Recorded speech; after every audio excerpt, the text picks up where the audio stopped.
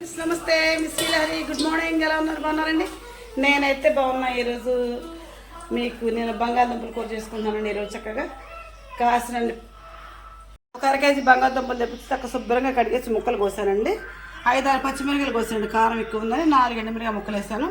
మరింత కరివేపాకు, చక్కగా మరిన్ని ఉల్లిపాయ, ఇదిగోండి అల్లం వెల్లుల్లి చక్కగా మంచిగా పట్టేసుకున్నాను. కొంచెం జీలకర్ర వేసేసి మెత్తగా పట్టానండి.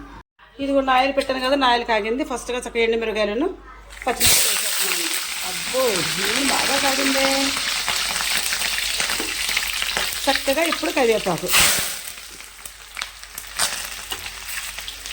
ఉల్లిపాయ ముక్కలు,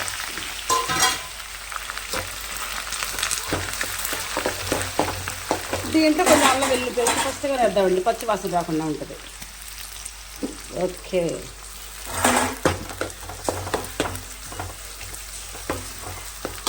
దీంతో ఒక చిన్న మంట మీద వేగనిచ్చుకుందామండి.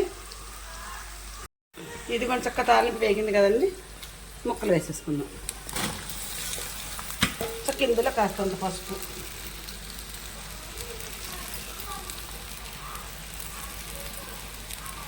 కాస్తంత సాల్ట్, చక్కగా ఇది చిన్న మంట మీద మగ్గనిచ్చుకుందాం. దానికి కొద్ది కారం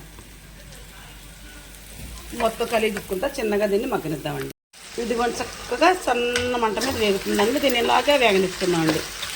అంటే వీటిని మనం గడ్డలు ఉడకబెట్టలేదు కదండి, చిన్న చిన్న ముక్కలుగా చక్కగా వేగిపోతాయి. తొందరగా ఉడుకుతాయి. కాకపోతే ఎక్కువ మంట అయితే మాడిపోతాయండి. సన్న మంట మీద చక్కగా చిన్నగా మగ్గుతాయి.